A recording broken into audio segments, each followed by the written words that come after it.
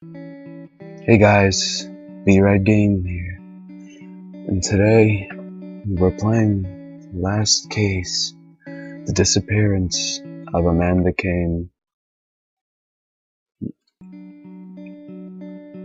Let us get right into it. Jack stood at the window holding on to a glass of bourbon when the phone rang. He hesitated for a moment, choked down the rest of his drink, and went over to the desk. Some rich guy was looking for his runaway daughter. The money was good, and Jack sure as hell didn't have the luxury of being picky these days. The caller didn't leave him a lot of information to go on. He quickly wrote down two names: Amanda Kane, the daughter, and the Pink Flamingo, some shady bar somewhere in New Harbor. The Pink Flamingo was Jack's best bet, but he had to find out the exact address. Okay, so this is supposed to be some sad, point-and-click game, as you can see. It looks like it is Jack well opened the made. drawer and picked up his gun. His old companion felt heavier than usual. He pulled the slide back and let it snap back into place. Okay, so I have a gun now. So Jack get some took the books. phone book from the shelf. The Pink Flamingo was down in East Village. Definitely not the right neighborhood for a young girl, he thought. It was time to give this classy joint a visit. Now we go. Jack opened the door and stepped out of his office. Next stop, the Pink Flamingo. But anyway, I don't know how long this game is, so it could be a cool little series, or it could just be... Quiet. Maybe it was the calm before. Or it could just be a quick game that I could do in one video, but I'm not too sure yet. We'll see. I don't really know much about it, but I guess we'll find out as we go along. The place reeked of cigarettes and cheap liquor.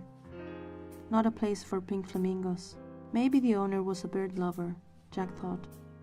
Two guys were sitting in a corner having a heated discussion about last night's game. Another was passed out on one of the tables. Okay. He's drunk. Let's go to the He bar. took a seat at the bar and ordered a bourbon.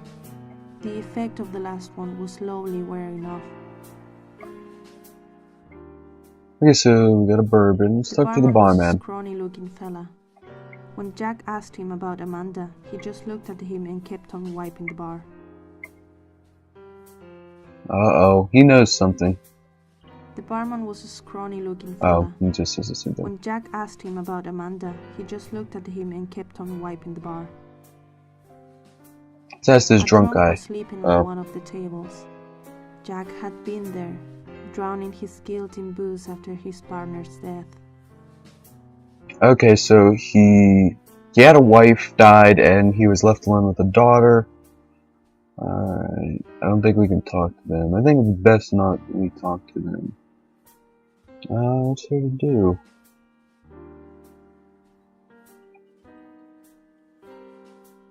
What do I do? Oh. There is no such thing as free information. Jack dropped a 20 in the tip jar. The bartender just pointed at the back door and told Jack to talk to a guy named Samiri. Jack went to the back door and the barman busted the door open. It was never a good sign having to leave a bar through the back door. Uh-oh. Is something bad gonna happen? Samiri was fixing an old van that was parked in an alley behind the Pink Flamingo. So this is Samiri. The volume on the van's radio was maxed out. Jack shouted his name, but received no response. Samiri couldn't hear him over the loud music that was coming from the van's radio. Sorry about my necklaces. Okay, so we gotta go into the radio. Jack went over and turned the music off. Samiri came out under the van, told Jack to peace off, and went back under. Oh. The music was already turned off. A little annoyed, Jack made another attempt to start a conversation. Once again, Samiri turned him down and told him to fuck off. Said fuck off this time. I you son of a bitch. A little annoyed, Jack made another attempt to start a conversation. Once again, Samiri turned him down and told him to fuck off.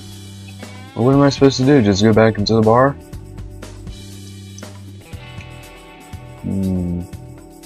Surely enough, there's something I do. Jack thought about the bourbon he left on the bar. What a waste.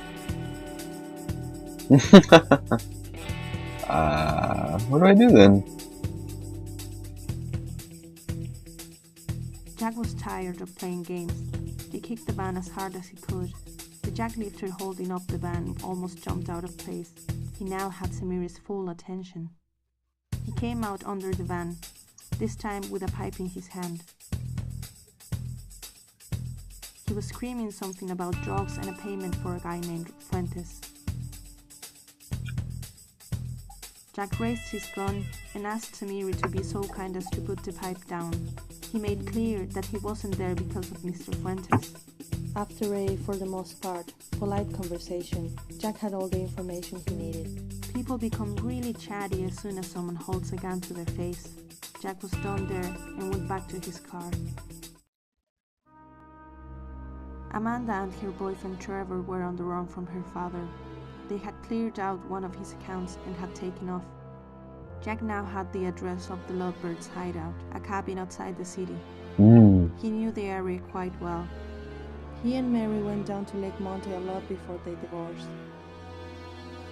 Oh, they had a divorce. I thought maybe she died. Jack had left the car at the road and was slowly making his way to the cabin.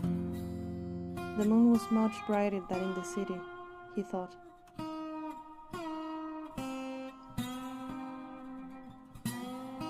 The lights in the cabin were out. Nobody seemed to be home. Oh, junk. The place was a mess. Chairs in the cabin door were lying scattered around in front of the cabin. That's lovely. Jack went inside to take a closer look.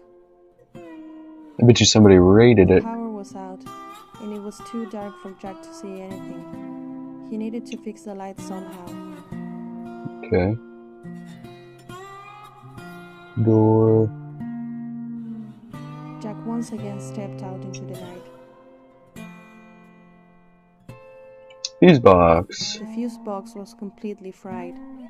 Under it, Jack found a flashlight that seemed to be working. Good. Good to you. Jack went inside to take a closer look. I should have the flashlight now. There you go. Jack was looking around the cabin. It became clear to him that they must have left in a hurry. Maybe Samiri had tipped them off. A strange green light was coming through the windows. Most of the furniture started to float in mid-air. Jack reached for his gun and ran outside. Jack couldn't hear a sound. What the heck? The green light was pulling him, What? lifting him up into the air. What?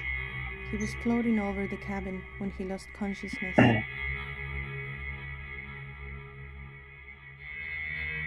Definitely turned different than what I thought happened. What happened? What happened? What happened? I'm so confused.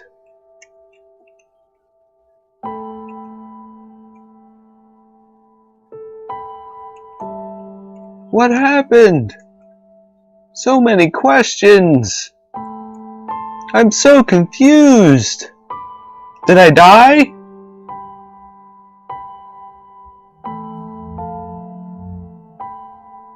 What happened?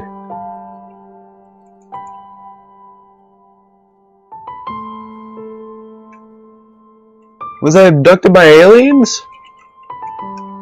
I'm so lost. No. Did I get my daughter back?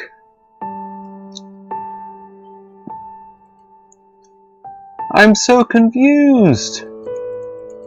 Is that it?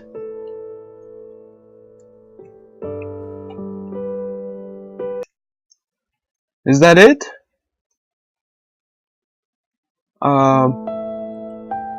Guys, we're back, and I did some reading, and I guess this was a game for a game jam, and he had a certain amount of time to do the game, or so what I read, and on Gamejolt, which is where I got the game. I